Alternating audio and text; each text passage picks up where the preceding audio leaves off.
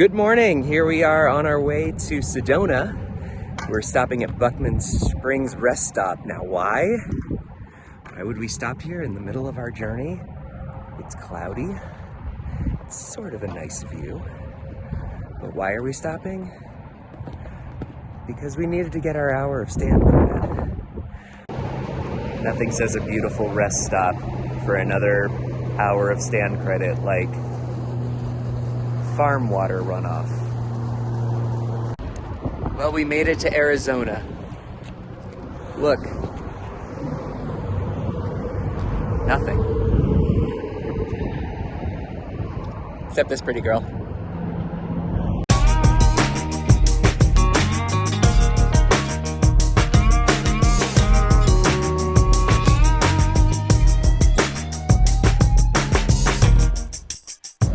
So we didn't think we were going to make it to the Costco, so we stopped here to get a couple gallons just to hold us over. And look what else is in here. Taco Bell. This center is amazing. They have all kinds of gas. As we approached Sedona, we turned on the best tool of our trip, the Gypsy Guide. Gypsy Guide is an app that provides an audio tour that plays automatically as you drive. It offers turn-by-turn directions, opportunities for side trips, recommendations for which things were worth a stop and which things were not. And it was super fun and funny. We became so attached to our Gypsy Guide, we gave him a name, Scout. $10 for the Sedona route and another $10 for the Grand Canyon was well worth the investment. Visitor center. Here's what he sounded like in the car. Centers, it's a pretty great place to find out if anything special is going on while we're here.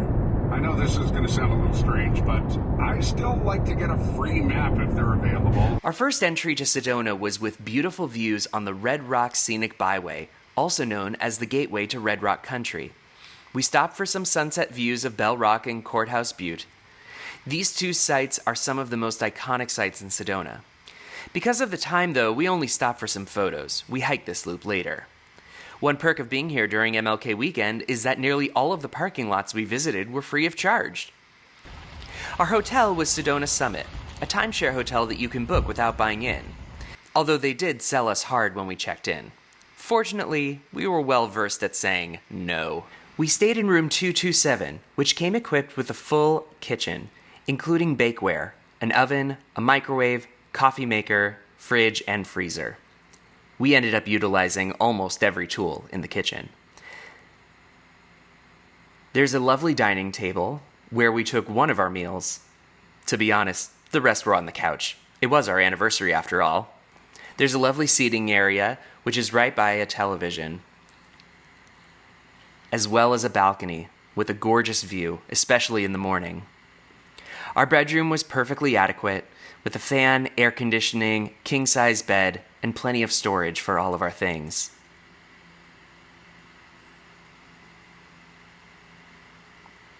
The electrical by the bedside table was a nice plus, including a regular plug plus a USB.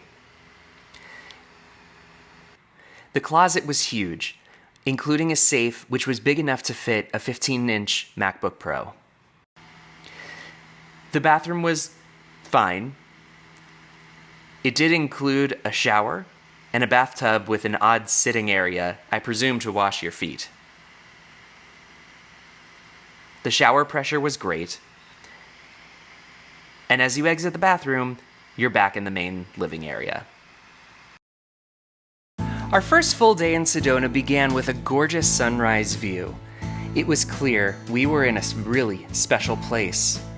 Our first stop was on the Red Rock Loop Road. We parked at the secret Slick Rock Trailhead and made our way down to Oak Creek.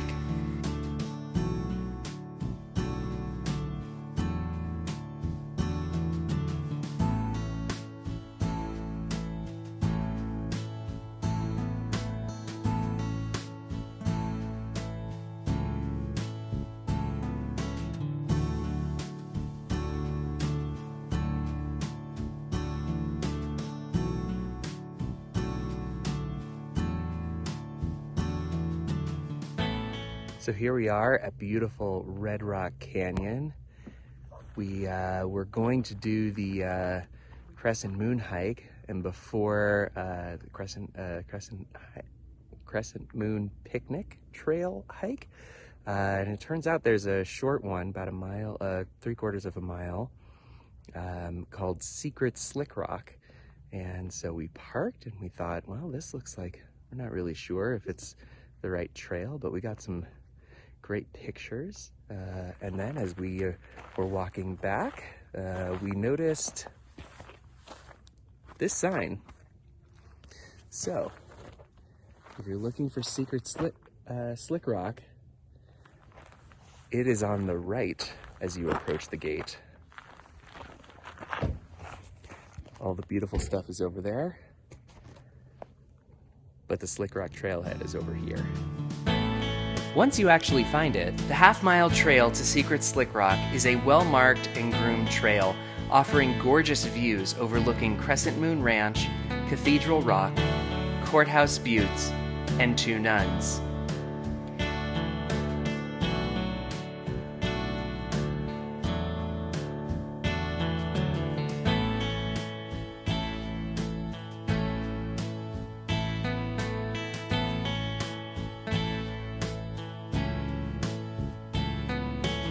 We got back in the car and headed to Boynton Canyon, guided by our trusty friend Scout. We did the easier, shorter Boynton Canyon Vista Trail. While I'm sure the longer trail might have led to even more gorgeous views, this trail, as you can see, did not disappoint.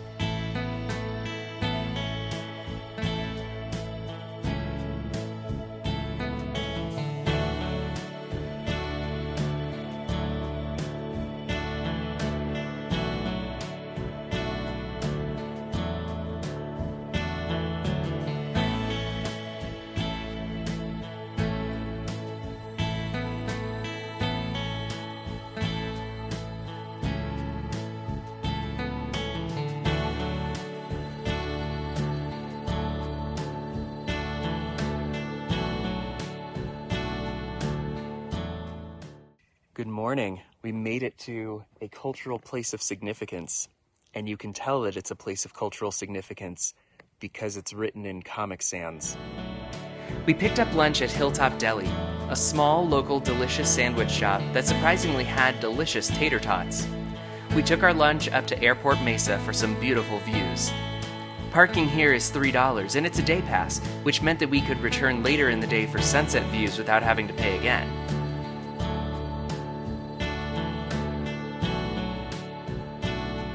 We continued back on the Red Rock Loop Road towards the Chapel of the Holy Cross. Built in 1956, it was designated a National Historical Landmark in October 2011 and functions as an active Roman Catholic church.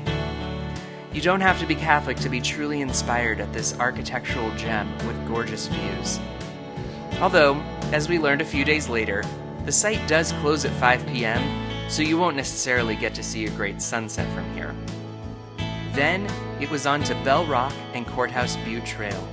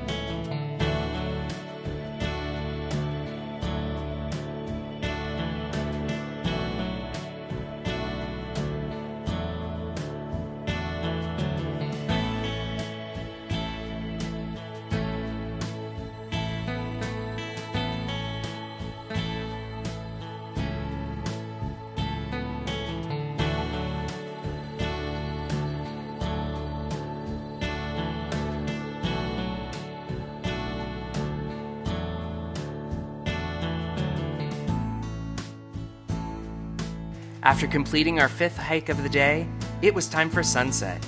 We drove back up to Airport Mesa for not the greatest sunset in the world, but the people watching was quite fun.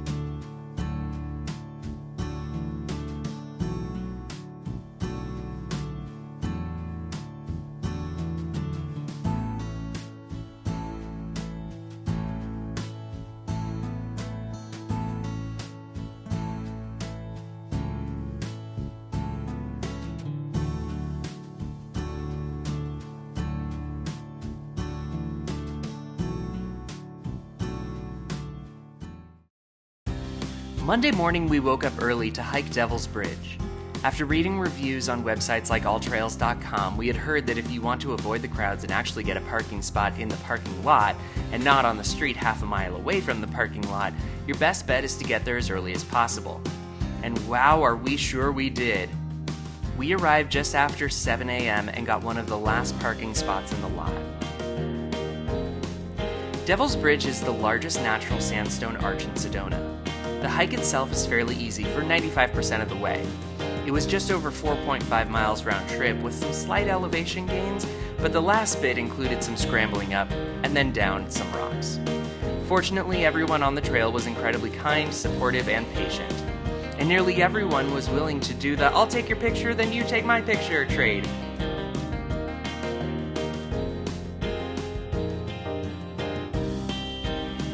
If you're doing this hike, just know that there can be a fairly long line to take this iconic and very Instagrammable picture. While it looks like we're precariously walking across, the bridge is plenty wide and we never felt unsafe or unsteady during the walk out to or from the bridge. An unforgettable Instagrammable moment for sure.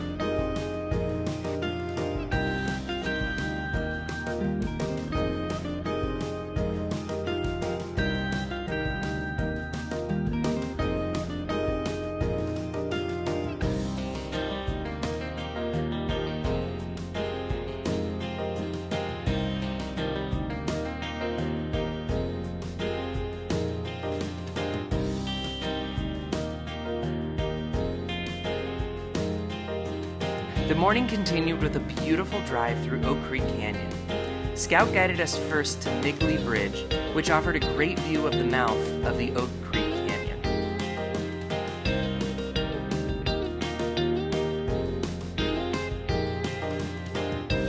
We kept driving until we were inspired to take the West Fork Trail. This was one of the prettiest hikes we had, and the terrain was quite different. There was snow on the ground, and in case you're wondering, yes, West Fork is much prettier than West Spoon.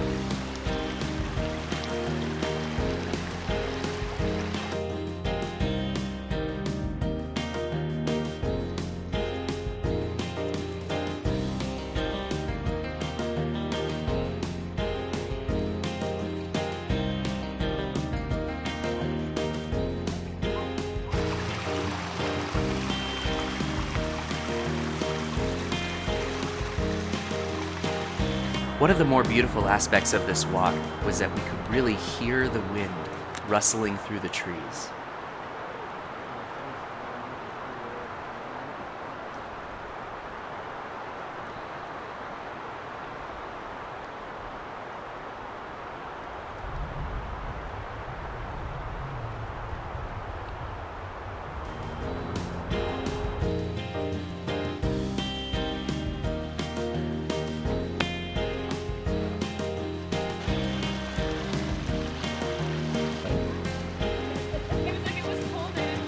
After all that hiking, it was time for a snack, so we walked around Uptown Sedona until we found the perfect place, which served ice cream and nachos. After seeing it from above the previous day, we went into the Crescent Moon Park for a stroll and a beautiful sunset.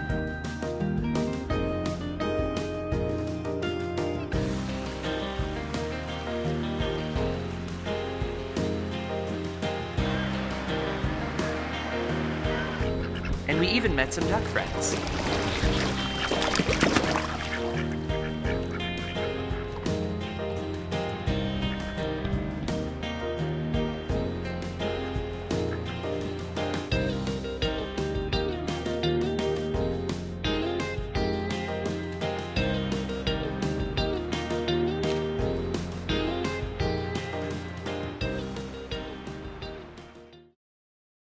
Our last full day was Grand Canyon Day.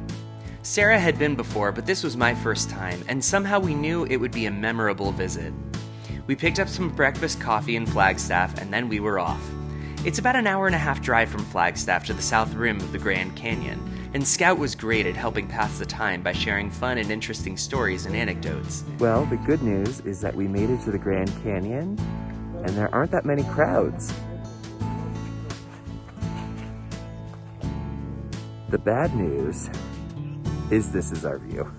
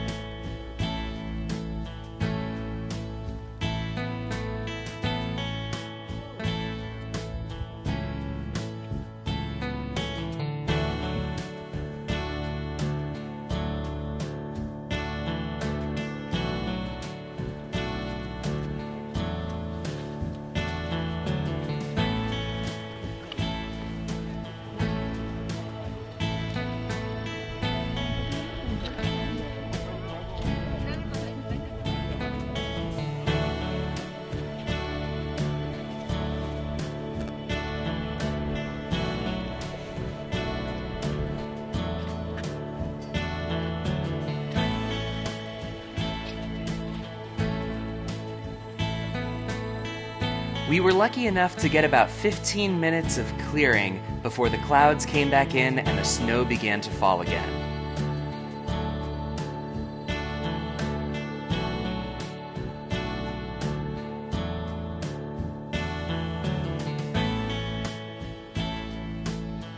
With the snow building up and intensifying, we thought it might be better to grab some lunch at the Mather Point Cafe and wait it out, but the weather had other plans. Even though it didn't provide the views we were expecting, it was quite a memorable visit. We drove back, carefully, to Sedona. We went back to the Chapel of the Holy Cross hoping for a great sunset, but they closed their gates at 5, and sunset wasn't for another hour or so. Oh well. Still gorgeous.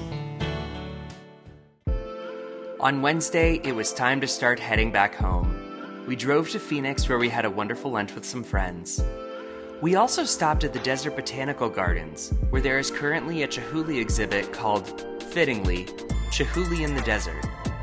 This display of blown glass is unlike anything you've ever seen before.